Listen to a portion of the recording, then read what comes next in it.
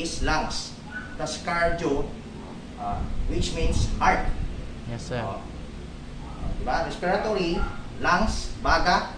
Tapos, dito cardio, which means the heart, puso. Yes, sir. Get nyo? Yes, sir. So, ito. Ito na ang topic ng physical activities. Physical activities related to team sports.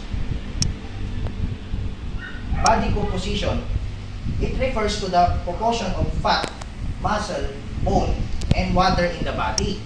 Ibig sabihin nito, ito yung exercise na kailangan mong gawin to achieve kung ano yung fat or taba na inaasam mo at muscles na pinapangarap mo.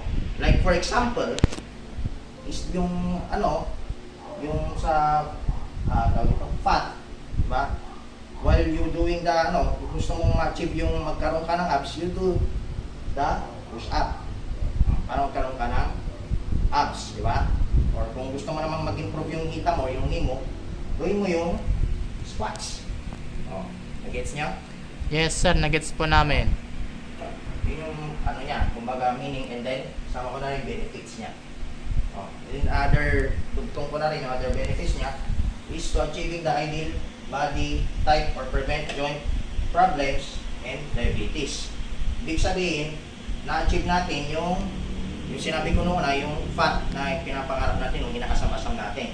And then yung joint, mapre-prevent natin yung problema sa buto ng katawan natin or joints natin, like yung fractures and fractures sa braso at sa hita or tsaka sa knee or feet.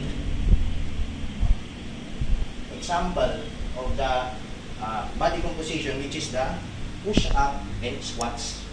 Alam niyo naman siguro yan, push-up. Yes, diba? sir. Saka squats. Yung squats, mga hindi nakakaalam, yung squats, dalawang klase yan. Yung squats, ito yung una, yung original. Yan. Tapos, yung second version niya is yung jump ka ng half.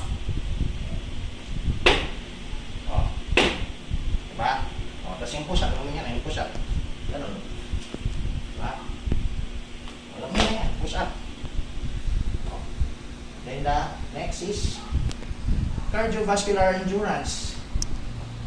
Cardiovascular endurance is ability of the respiratory and circulatory system to effectively deliver oxygen to the heart and to the working muscle during exercise. Cardiovascular is also called respiratory lungs or fitness. Ibig sabihin, ito yung ability or activity na ginagawa mo to improve your respiratory, which means respiratory is yung respiratory is yung lungs. Ubaga, Tagalog. And yung circulatory system, which means circulatory system, puso, heart.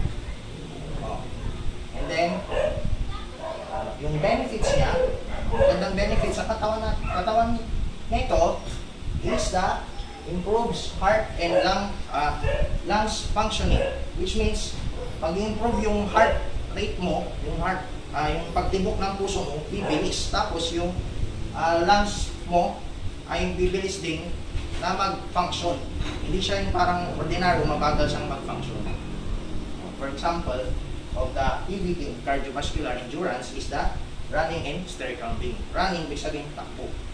Madalas ginagawa yan sa mga runners, mga joggers. Pares din yun, running tsaka jogging. Same lang yun. Pero yung jogging kasi, parang ordinary lang na yung saktuan lang yung takbo mo. Like sa running, talagang typical.